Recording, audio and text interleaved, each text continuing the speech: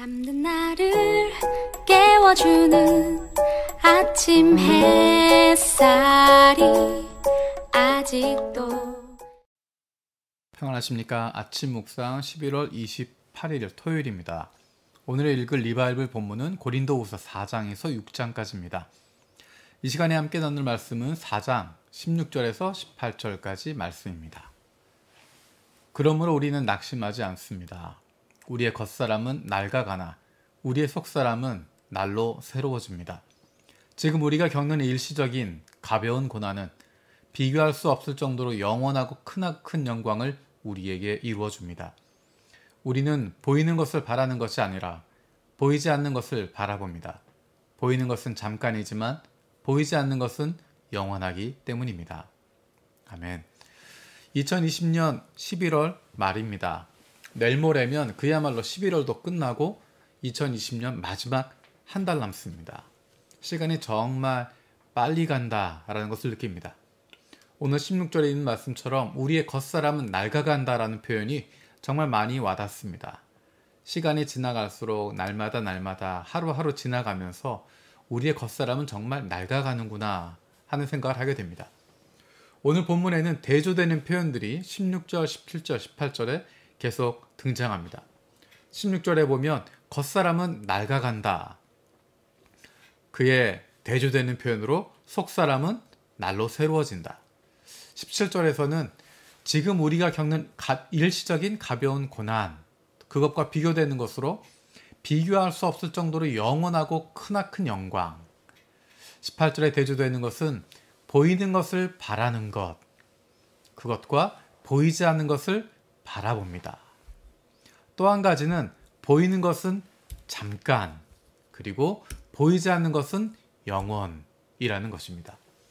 이 두 가지 대조되는 표현을 보여주면서 우리가 낙심하지 않는 이유, 16절 처음에 있는 그러므로 우리는 낙심하지 않습니다 라고 말하는 근거를 설명해 주는 것 같습니다. 우리의 시선은 어디를 향하게 됩니까?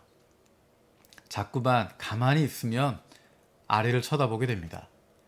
낡아가는 겉사람을 쳐다보게 되고 지금 겪고 있는 일시적인 고난에 집중하게 되고 잠깐인 보이는 것에 머물러 있게 됩니다.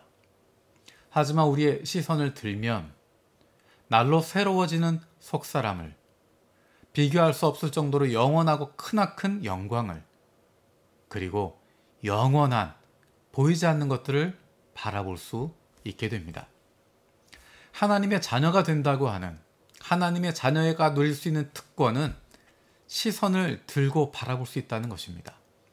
하나님의 자녀가 되는 특권은 날로 새로워지는 속사람을 바라보게 되고 비교할 수 없을 정도로 영원하고 크나큰 영광을 이루어가는 것이고 영원한 보이지 않는 것을 바라보면서 그로 말미암아 낙심하지 않는 것입니다.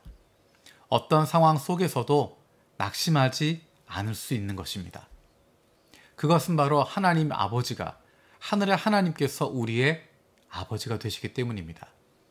내가 무엇을 잘하기 때문도 아니고 내가 많이 노력했기 때문도 아니고 내가 무엇인가를 성취했기 때문도 아닙니다.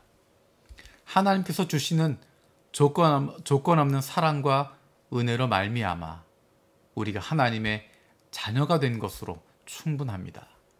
아무것 하지 못하는 존재여도 아무것도 이루지 못하고 있는 존재라고 하더라도 하나님의 자녀이기 때문에 하나님의 자녀된 특권으로 어떤 상황 속에서도 낙심하지 않을 수 있는, 어떠한 어려움 속에서도 날로 새로워지는 속사람을 바라보고 비교할 수 없을 정도로 영원하고 크나큰 영광을 누리게 되고 영원한 보이지 않는 것들을 바라볼 수 있는, 이 세상이 감당할 수 없는, 세상을 뛰어넘을 수 있는 삶을 살아갈 수 있는 것입니다.